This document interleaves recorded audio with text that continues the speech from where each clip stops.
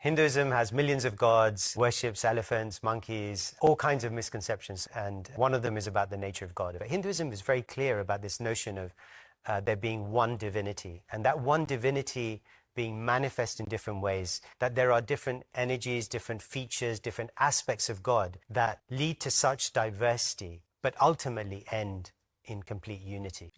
It's actually true that Hinduism, in its core theology, doesn't teach people to literally worship animals. What it does instead is venerate the divine qualities that certain animals represent. Take the cow, for instance. Hindus don't worship the cow as a goddess, but they see her as a symbol of nurturing, gentleness, and provision. But here's the thing, that symbolic meaning often gets lost in practice.